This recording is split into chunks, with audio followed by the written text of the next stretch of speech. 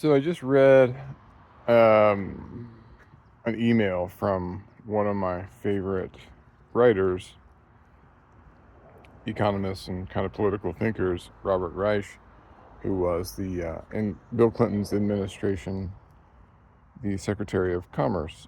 Um, and I didn't even have to get into his article to have gained an insight, and he's certainly worth reading and watching podcasts and all sorts of videos. A great thinker, a prescient thinker. 20, 30, 40 or more years ago, he was saying how things would play out, and he was right. So he said his headline on the email, the subject was Donald Trump, fascism or oligarchy. And I thought that was interesting. Of course, you've got to make a kind of a salacious um, title in order for somebody to click. And the insight that came to me just upon reading that was that, a little bit of a false choice, but of course he's going to explain himself in the article. But that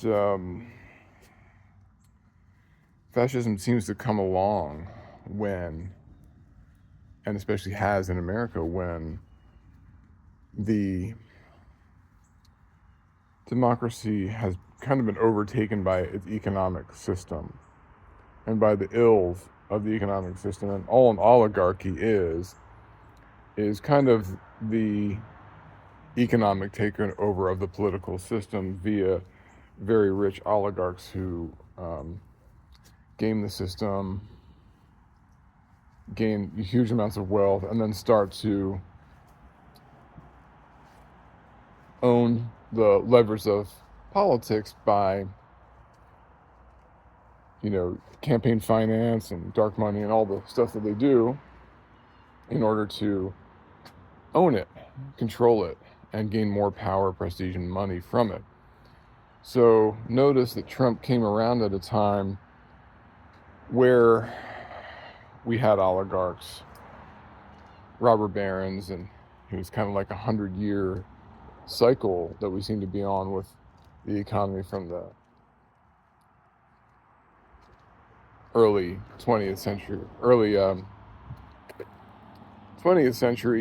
late 19th century, where we started to have these robber barons back then, and get into the 20s, and the whole system crashed. And it was terrible for, 15 years. All the 30s were basically a depression. So, the stakes were really high. But so Trump came along at a time when everyone was disillusioned with our political system and kind of blaming the political systems of all these political hacks, and they're so corrupt, as if these individuals were just corrupt by nature and not as if they had been corrupted by those oligarchs, the robber barons, the kind of masters of industry. Come on, baby. And as such, it's easy to blame the government and say, the deep state, and use all these terms. It's okay, baby. To kind of signify that government's bad. And, Reagan was feeding us that line. The government didn't have the answers because government was the problem. That was really strong stuff. And under Reagan and others, those oligarchs got so much richer. The taxes went down. Income inequality skyrocketed. Middle class taxes, they went up. So, absolute bullshit artists like Reagan sold this really good story and kind of came in as like, and Nixon too, and others, but especially starting with Reagan. Nixon at least was a mercurial mixed bag character that had some strengths and weaknesses. They came in as like, they were going to save America from itself and from the ills of big government and liberal policies and all those types of things that can easily be blamed for what's going wrong in the nation. Come on, bud. Come on, let's go this way. Let's go this way. Okay. And so what happens under a Reagan administration? All those things get worse.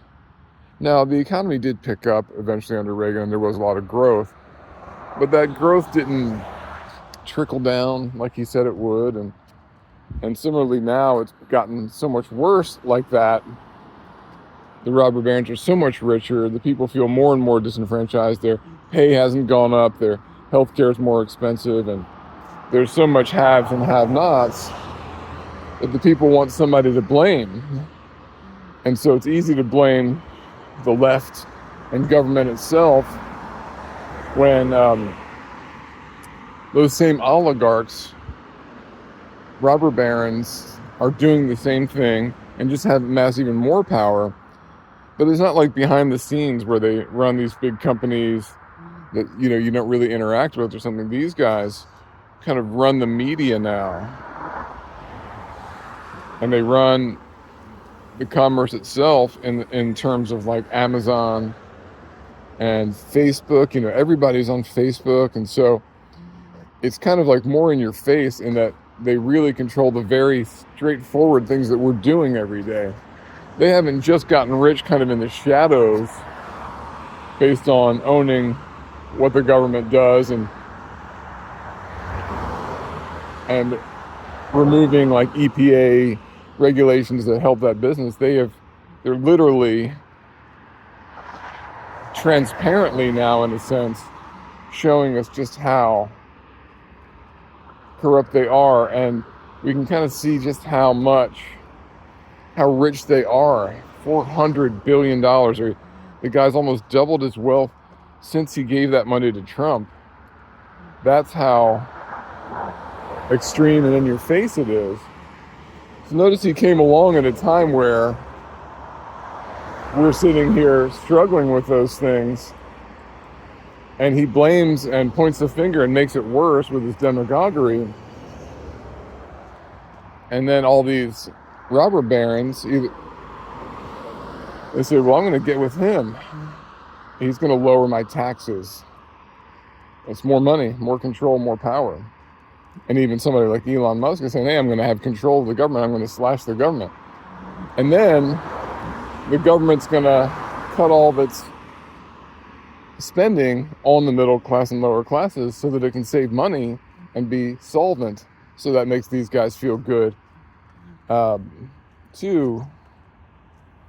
And they can keep giving them incentivize their businesses and socialize their losses, subsidize their business, like Elon Musk is making his money off of government contracts. So obviously they're hypocrites, but they're saying, hey, I'm going to another term with him. You bet I'm going to vote for him. So people vote for him because they believe it's the liberals or government that's the problem, and it's really these oligarchs the whole time. And a guy like Trump comes in and makes these problems worse. And sadly, a guy like Biden didn't make them better enough and was enough in their pocket, that the benefits from his actual good decisions in power didn't really trickle down to the people enough in these kind of weird times with a shutdown and inflation and all these things that really weren't Biden caused, but he couldn't do enough to solve it and save them. So Trump's still around, and of course, it's like firing a head coach in sports. It feels good, like I did something, and it feels empowering to make a change like that. And so here they come. They all get behind Trump. Trump's going to come back into power. And the question that Reich is asking again is it going to be an oligarchy, or is it going to be fascism? But isn't fascism just an authoritarian leader coming along, promising the oligarchs that he'll do what they want and lower their taxes, which makes them feel good because they're greedy, And then he slowly or rapidly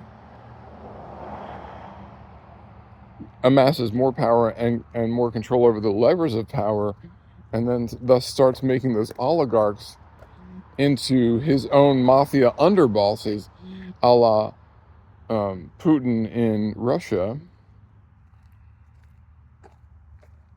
Same thing with like Hitler. They all kiss up, they all try to be his friend, like Porsche and all these guys, and then they get the government contract in the war, and the war. These guys, make a killing, no pun intended, off the war, but they're all riding the tiger. So it's not really a question of is it going to be this or is it going to be that. Fascism is a progression from an oligarchy into an authoritarian state that's helped by the money and influence and power of these oligarchs who think they can control the authoritarian wannabe, because their greed has them so blinded that they don't see the risk.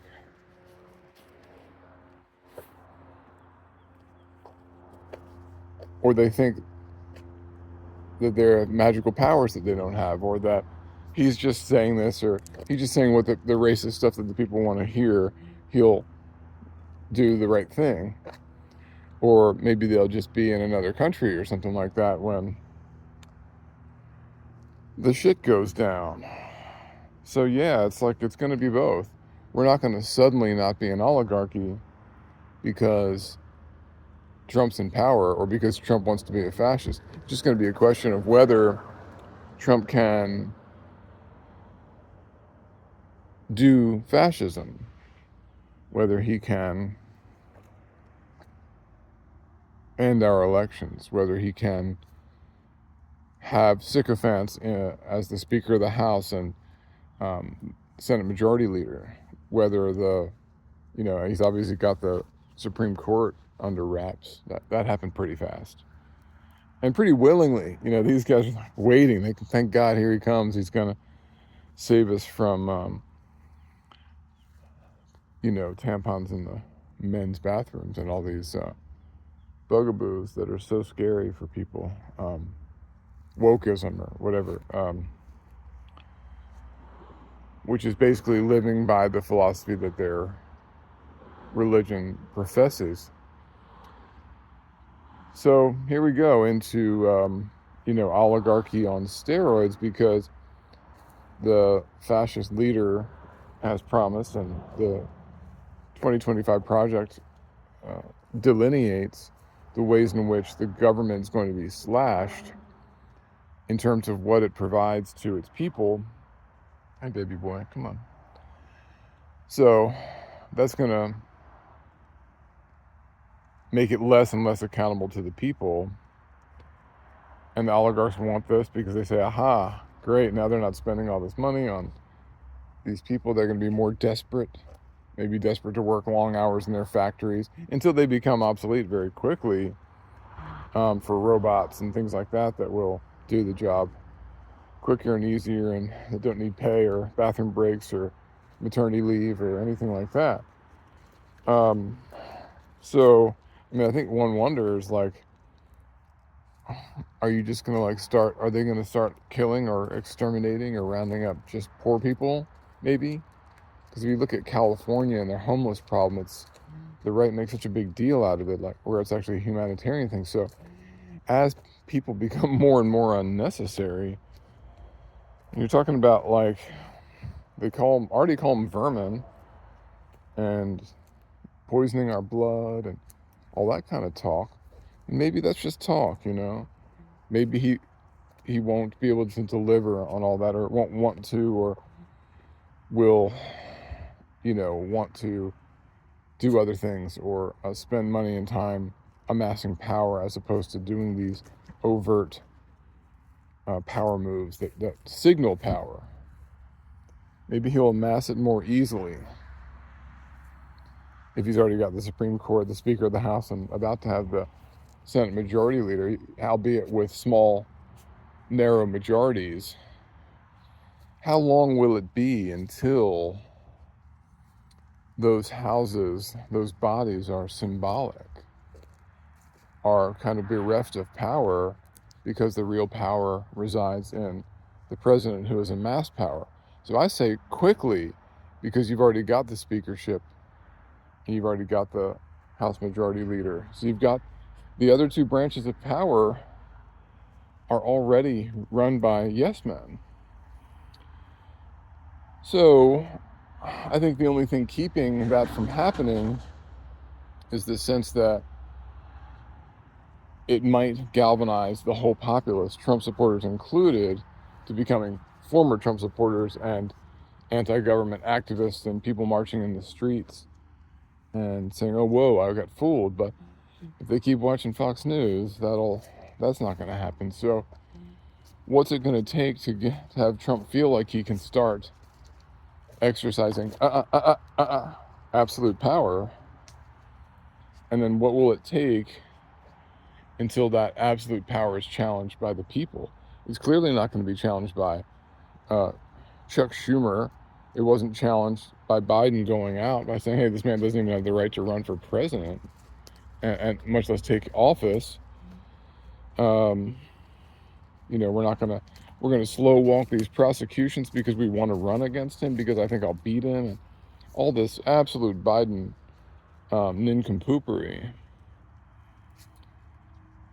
So now that he's in power, well, do you think he's going to hold a real election now that he's got power, now that he's figured out how to do it? One wonders if he managed to kind of sneakily figure out ways to change some swing state votes. It was a close enough election that you wouldn't have to do much. And then isn't that the ultimate alibi? Kind of like, well, now you sound like us when we were saying that you stole the election. But we wouldn't do that, because if we did, we would have just done it again. So the guys crying foul are always projecting what they would do, and maybe did do. I've got absolutely no proof, zero proof. I have absolutely no evidence of that. I just mean, you have a candidate, former president, who about to become president, who was saying, I don't even need your vote. We fixed the system. Just vote this one time and you'll never have to vote again. Those are really, really suggestive, crazy talk. I'm going to fix this election talk. Oh, what's going on, bud? I'm sorry. I'm not trying to yank you. Come here, baby boy. Hey, Cash. Can I come see you? I'm sorry, friend. I didn't mean to tug on you too hard. Okay, come on. Let's keep going. So, I was watching a video the other night where she was like, look, I don't have evidence, there's no smoking gun here. But she was just talking to an election specialist who was like, yeah, these machines are really easy to manipulate. And Trump tried in 2020 to, steal election machinery and say all that these guys were cheating, and they got sued, Fox News got sued and all these lies. But maybe they figured it out in 2024. And then the liberals are going to sit there and say, well, we can't be like them. We can't challenge all these elections. We have to show how we're the adults in the room.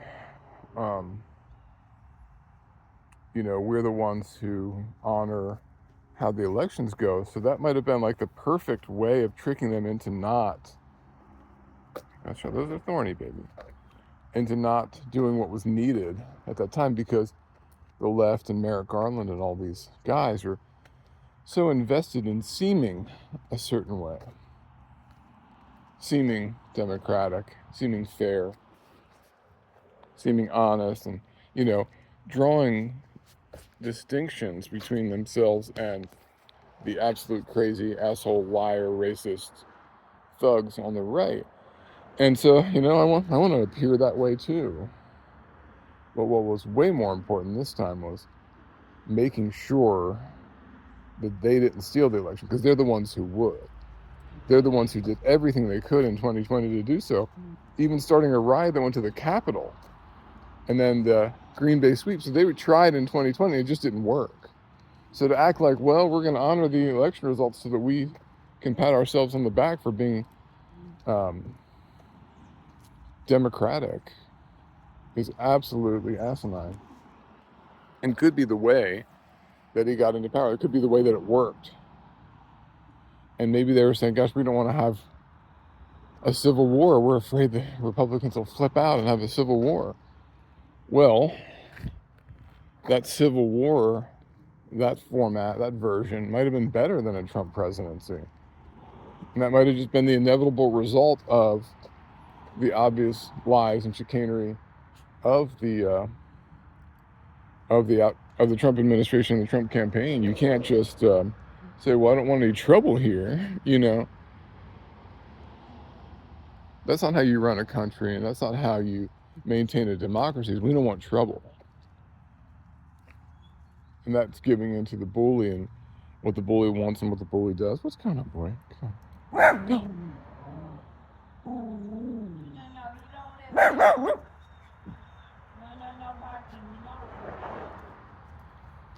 Yeah, this is there's no barking.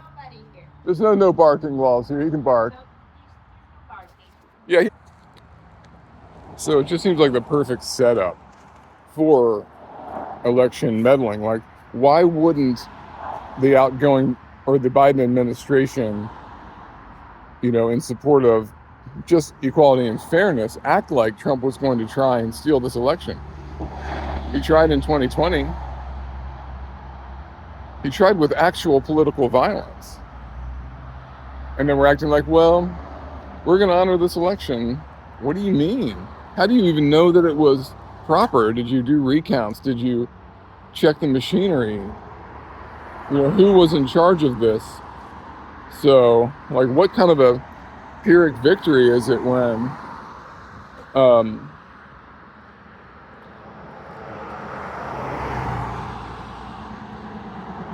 you can say, well, look at us, we honored the election results, like suckers, you know? What a bunch of suckers. What a bad, you know, what ineffective politicians. Not because they needed to honor and protect the liberals so that Kamala Harris won so we could have liberalism, but maybe because the will of the people was not accurately presented by the vote count. I mean, Elon Musk was just caught cheating on video games. Who's to say he wouldn't cheat on the election and lie about that and pretend that he's something he's not there? Like, that's exactly what he just did.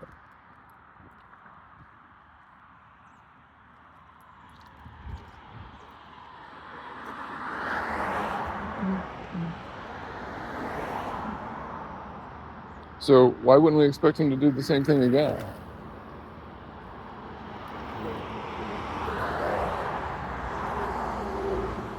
So I just feel like maybe we've been had, you know, and I don't even know how we would prove it now if there was a thing. But there was absolutely no reason to think that Joe Biden was going to steal the 2020 election, nor Hillary Clinton.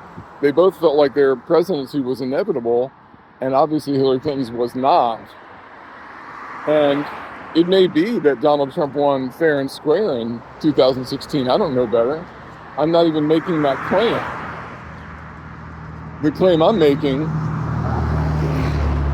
which is obviously 100% true, is that he was making all these false claims about her stealing the election in 2016, and then he won. So he was setting the groundwork and laying the foundation for an actual coup. And then, even if they didn't steal the election in 2024, they're sowing distrust in the election and then doing actual political violence in the next election is what turned everybody on. All those people voted for him because of absolute lies about the economy, about politics, about Hunter Biden and Burisma and all this stuff that the Senate could never prove anyway. They never even impeached him about it because they didn't have any evidence, or they would have.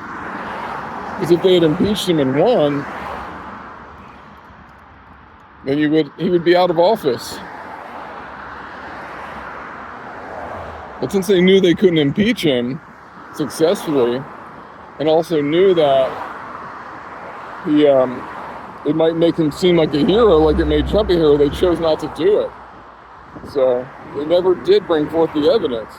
So what I mean is we just experienced a coup. So I guess that's the conclusion here. And not that it's such an epiphany, really, that it was a coup. It was just a coup tried and attempted, and until it finally worked. And maybe it didn't even need any actual stealing on this last one. But I sure wouldn't put it past them, especially since they were saying they were going to do it in so many words, in the way that Trump does, where he just kind of alludes and, I don't even need your vote. We fixed it. Vote for me this time, you'll never have to vote again. Ugh. Coming from the guy who did political violence on the last election. That's who and what we're talking about here. Oh my gosh. And, Biden with this speech is sitting here talking about how great he is and all these platitudes. Like, I can't believe that the many levels on which he failed us, when, like, he was anachronistically a pretty good president. Like, he passed these bipartisan bills that helped, but he couldn't keep Trump out of office. The guy who did political violence the election before, he tried to steal the election before. And we're supposed to enjoy those platitudes? And that gets back to another post I think I wrote, or video I did, where I was like, there hasn't been a good, strong Democratic president that I can think of since Kennedy and Johnson in some ways. And obviously they were flawed men and they had flawed presidencies, but who has had the cojones to see what's going on and do the right thing about it when the time came? It sure wasn't Obama. Sure wasn't Biden. If they just had like 1,000th of kind of Trump's daring do, would be all they need. It's kind of sense of like, all right, I see what's going on here, and I'm not going to let it happen. There's an amendment in the Constitution that says you can't do that. You can't get away with that. But nobody had the guts to stand up to the bully.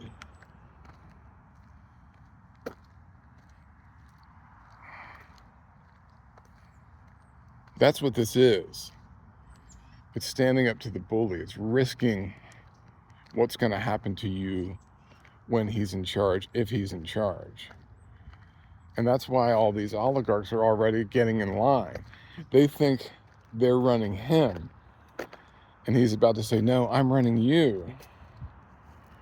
And I'll run you into the gulag if you don't do whatever I want. So Trump, like Putin, could become the richest man ever and could be president for decades until Ude or Kuse becomes the next one. So, yeah, I mean, I started off with this kind of, false choice question by a brilliant man, Robert Reich, but now it's like, how was this not prevented? And how is this not a coup? A slow coup, it wasn't like a military takeover and then the junta, runs the place, and where they stormed something. But they tried to storm something. They said, okay, that didn't work. But that storming thing sure got us a lot of press, They like that. And then that sowing doubt. I mean, they started sowing that doubt 10 years ago. We've been doing this for 10 years.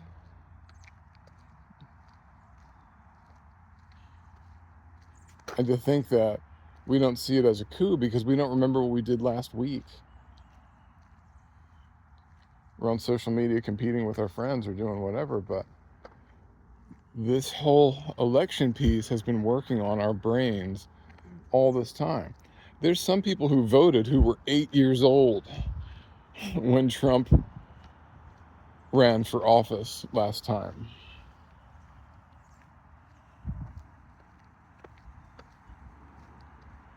That's all they've ever known. He's normal to them. And I'm not saying that Trump won because of the 18-year-old demographic. I'm saying that we've absolutely been changed by this slow coup. And so now we act like, okay, well, I guess we'll have to deal with this Trump presidency. He won fair and square. Even if on this election he did, he tried to steal the last one.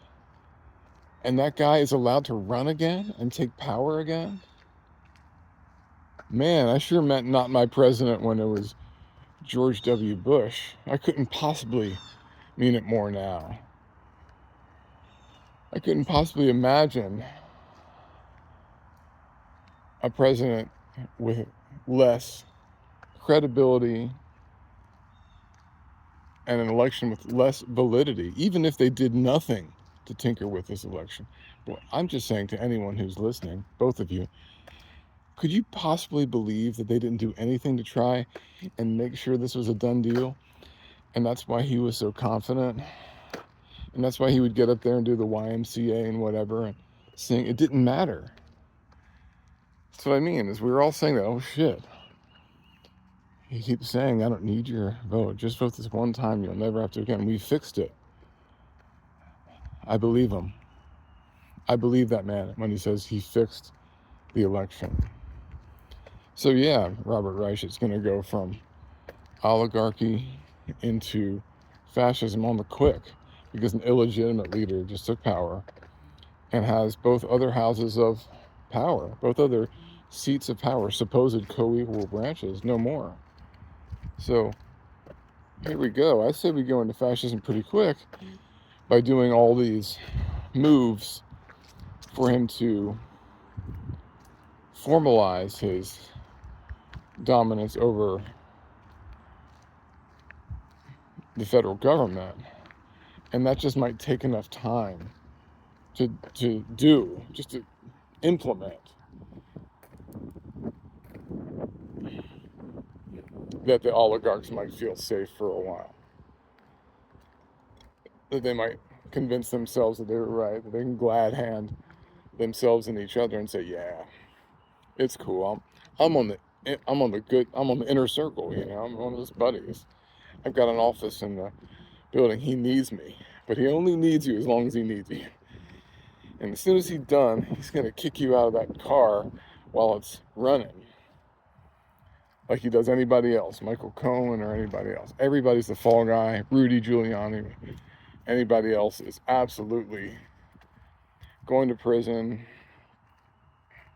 you know, going to be silenced, and be robbed of their money, whatever it takes to get, which he already has, power, amass power, consolidate power, and then hold on to that power. You know, he'll die eventually too, but he wants to die in office. You know, he'd like to give Uday and Kusei some power and prestige and more money for the family and pay off his friends and have prestige and show Putin that he's back, that he can do the same thing, and Kim Jong-un or Xi and all those guys, and say, yeah, I'm a dictator too. I have fake elections too. It's a competition with them. I mean, those guys are his like heroes, you know. But he wants to be them, and he probably wants to out out Putin. And we'll just see how cruel he gets. I mean, Putin wasn't cruel. Putin didn't walk in the door with gulags and the richest person in the world. He did that over time. You know, he's been in power for decades now. So it's not a question of if fascism, but when. We're already at oligarchy, so it's not really a question. It's a question of a process. So yeah, not a question of if, but when. We're in a process of becoming fascistic, and obviously that process got worse when Trump was elected the first time, attempted to hold on to power like fascists always do. So it's even a moot point. Yeah, we were already there. We're already fascism. If a person that tried to hold on to power and steal an election can be reelected, we're already there. It's already in the bag. And now it's just like, okay, how will that go? How quickly will it become authoritarian and deadly and murderous? How quickly will the economy tank? How quickly will we go to war? How quickly will some sort of genocide happen? And how do we get out of it? And again, I'm not the guy with the answers, but I am the guy with the questions. And those are questions I don't like asking today. And I can't even believe that in my lifetime that these are the questions we're asking. This is where we are in our nation. Am I okay? Am I going to get rounded up for speaking against this person or all these other people that I know of that are kind of my political opinion guy heroes? Are they going to be okay? But here we are, about to be day one in a 4-year term, I guess, of Trump, and somebody who will, at any chance, at any moment, try to bend, break, and change the laws and norms of our nation and hide it and pretend like the other guy did it or is going to do it. And so we're asking the wrong questions. Even the esteemed Robert Reich, we're asking the wrong questions if we're asking whether it's going to be an oligarchy or fascism. We are waist deep in fascism. Happy New Year.